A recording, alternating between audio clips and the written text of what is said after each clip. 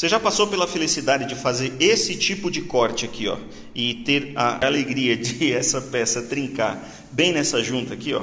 É muito legal, é ou não é? Fala a verdade. Então eu vou passar algumas dicas, alguns macetinhos que a gente utiliza aqui nos nossos trabalhos para fazer esse tipo de corte aqui e diminuir a probabilidade de acontecer esse tipo de trinca. Ela pode acontecer durante o corte, ela pode acontecer durante a instalação ou mesmo depois de instalado, quando o piso começa a secar, a argamassa que está embaixo começa a endurecer e na retração plástica dela, esse biquinho aqui acaba trincando. Vou mostrar para vocês algumas dicas de como evitar esse tipo de trinca e umas diquinhas adicionais também que eu vou deixar para o finalzinho do vídeo. Tá legal? Então segue as dicas do Fred e bola para frente. Primeira dica que eu vou dar para vocês é sobre esse desenho aqui, ó. A gente tem todo um desenho para fazer, certo? Vai ficar parecendo um J essa peça, porque aqui a gente só vai ter a baguete, como vocês viram no corte no começo do vídeo. Então, qual que é a primeira dica? Diminuir a quantidade de cortes desnecessários aqui para tentar modelar a peça facilita. O que eu faço? Eu corto a moldura, que é essa peça aqui, ó. Eu corto ela um pouquinho, tá?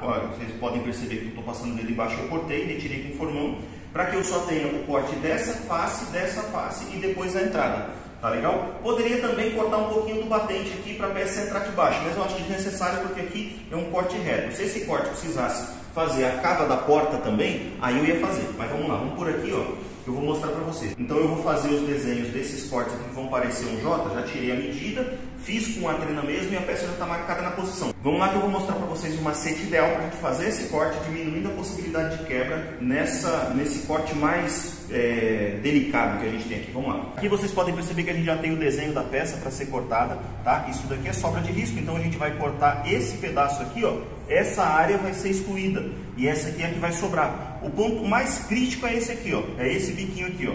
Tanto na hora que eu estiver cortando esse L para poder retirar essa peça, quanto na hora que eu estiver instalando. Então a gente tem dois problemas e a gente também tem um terceiro problema, que depois que eu instalar essa peça, com o trabalho do prédio, com vibrações, ela pode abrir uma fissura, uma trinca aqui, que só vai ser percebida depois que eu estiver acabando, às vezes quando eu estou rejuntando. Então o que eu faço aqui? Qual que é o macete que eu uso aqui para evitar tanto essa quebra quanto aquela quebra?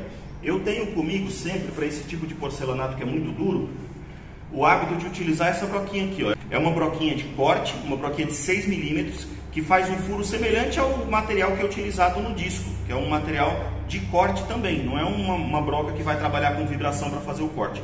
E aí eu uso aqui a minha parafusadeira para fazer esse furo aqui, para começar os trabalhos com esse furo aqui, ó.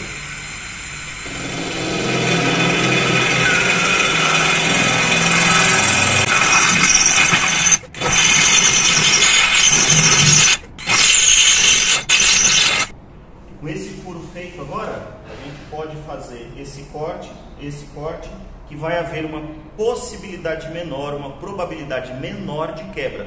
Isso não nos isenta de tomar cuidado, porque a quebra de uma peça como essa daqui, mesmo com o furinho, tirando aqui a pressão de corte da quina, ainda assim existe, ainda assim é grande. Então tem que trabalhar com muita cautela aqui na hora de fazer o corte, tá legal?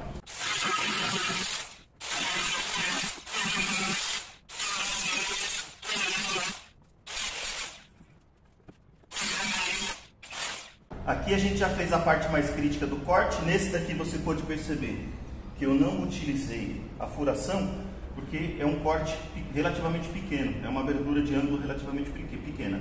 Agora eu vou tirar esse daqui na riscadeira, porque esse lado aqui eu preciso dele polido. Preciso dele polido porque ele vai ter o encontro lá com a baguete. Então bora para a riscadeira.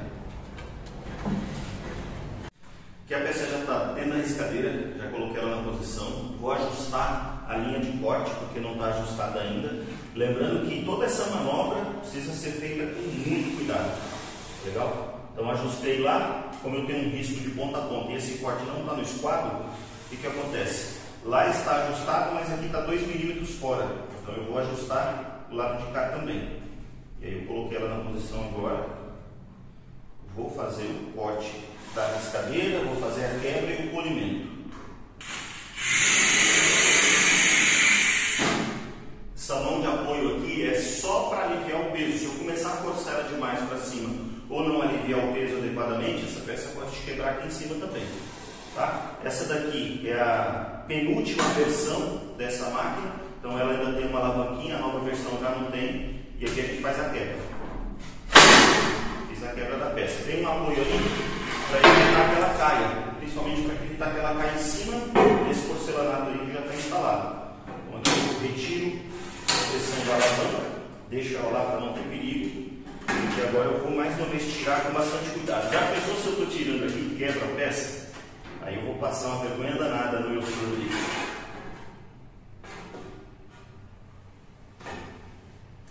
Bom, aqui eu já retirei a peça. Vou verificar se ela está de acordo com as medições lá para o corte. Se estiver de acordo, vamos polir a peça e vamos fazer a colagem dela. Agora, com esse corte feito, ó, vocês podem perceber aqui o raio dos 6 milímetros de corte, né? O raio é 3, é claro, né? Metade da circunferência. Você tem aqui o corte da broquinha de serra-copo. A gente fez uma entrança aqui, ó, fez uma quebrada aqui para dentro, para manter essa junta de dessolidificação, é isso que chama, essa brecha que a gente tem que deixar sem preenchimento. Agora vamos para o desafio de colar essa peça, né? É o desafio final aqui para a instalação dessa peça. Vamos ver se a gente consegue colar ela sem ter problema.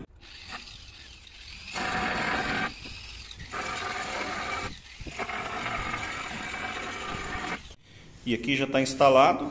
Enquanto o nosso amigo Roberto está acabando aqui o rejunte, deixa eu mostrar para vocês como ficou. Tá vendo? A gente está ali com um recorte bem legal acompanhando o batente. Outro por baixo da guarnição. E esse cantinho, que é o ponto mais comum de ruptura, a gente reduz a tensão fazendo aquele furinho. Então fica a dica aí para você que trabalha com porcelanato. Eu sei que tem muita gente que já faz isso, já conhece, é óbvio que tem, né? Mas, de qualquer forma, fica aí a dica para quem ainda não manja. Tá legal?